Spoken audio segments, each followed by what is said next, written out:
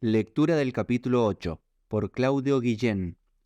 En esto, palabras con que se abre un capítulo, como el anterior, se inicia de inmediato la aventura esperada, primera parte, capítulo segundo, de los molinos de viento, que, como todas, ya sucedió y sin embargo ha de suceder sobre la marcha, en la actualidad de la lectura. Se debe al cruce de la aventura con uno de los componentes propios del género literario en que reside Don Quijote, los gigantes, de mítica estirpe clásica, reducidos en la novela de caballerías al poder de la fuerza bruta. Es la batalla desigual e individual del héroe con la desaforada personificación del mal, una de las dos motivaciones declaradas por Don Quijote. La otra, el enriquecimiento, en beneficio de Sancho, vendrá a cuento poco después en el choque con los frailes benitos.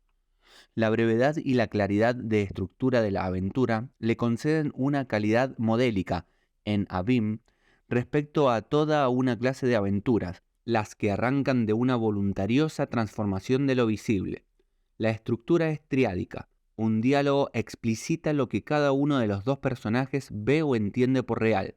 El protagonista pasa a la acción, y en un diálogo final cada uno comenta lo acaecido, confirma su actitud o acomoda los hechos a su postura individual. Se producen dos alternancias que serán fundamentales a lo largo de la novela, entre la acción y el pensamiento y, dialógicamente, entre una y otra concepción personal. La conjunción de ambas contraposiciones, en las que se introducirán muchos personajes, origina el pluralismo de sentidos.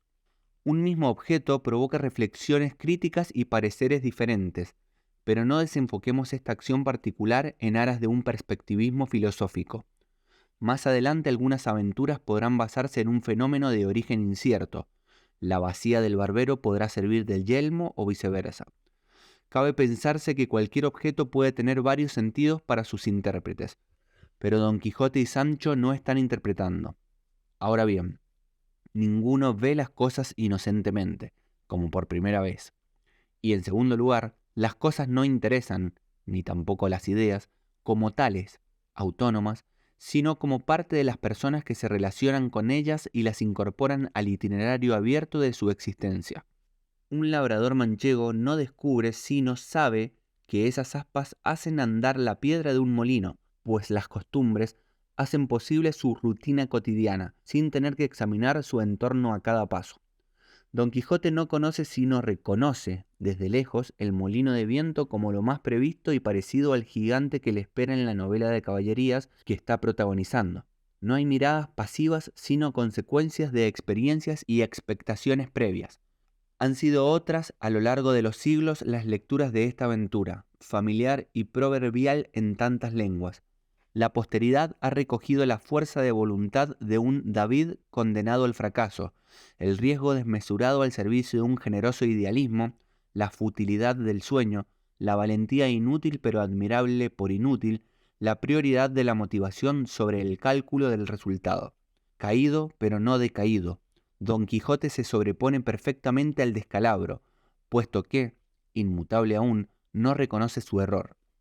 El narrador podrá desarrollar lo que la presencia de Sancho hace posible, que es el conversar de los dos protagonistas entre aventura y aventura. Sobreviene la anunciada de Puerto Lápice. De ella cabe señalar dos aspectos. Primero, el carácter novelesco que de por sí tienen unas figuras fugaces pero prometedoras de mucho más que lo contado. Así la dama que viaja en coche, rumbo a Sevilla, donde se embarcará para las Indias. Ese cruce azaroso de vidas apenas sugeridas, con abundancia de pormenores en absoluto indispensables, nos está diciendo más que nada. La vida real es así. Y ahora se amplía el aludido mundo contemporáneo, que está fuera de la acción pero dentro de la novela. La presencia de los molinos de viento, no está claro que su implantación fuera relativamente reciente, no sugiere un entorno histórico tan rico como el viaje a América de la dama con su marido, vasco que ocupará un puesto de gobierno, o como la causa del combate de Don Quijote con el escudero, que es impugnar su condición de hidalgo. El letrado García de Saavedra había suscitado polémicas en 1588 al negar que la totalidad de los vascos lo eran. Se presenta aquí el cariz ridículo no del típico vizcaíno de entremés, sino del hidalgo ofendido a muerte. El retrato tan visual del vizcaíno con la espada levantada, en ralenti, prepara tanto la interrupción que sigue como la pintura descubierta luego en el Cartapacio de Toledo. La suspensión final y la división del relato en partes, como en el Amadís, son paródicas, pero tengamos en cuenta que la parodia en este libro es parcial y esporádica. Si un loco comete la irracionalidad de imitar algo, lo que tenemos finalmente es la compleja historia de un loco, más que el simple descrédito de ese algo. La parodiada técnica de división pasa a ser un recurso de alcance mucho más general y positivo, que aclara la estratificación del arte de novelar. Este implica 3 niveles: el relato, es decir, el enunciado narrativo en el orden en que lo leemos; la historia, compuesta por la sucesión de acontecimientos que el relato supone y narra; y la narración, o acto de contar, con la intervención del narrador.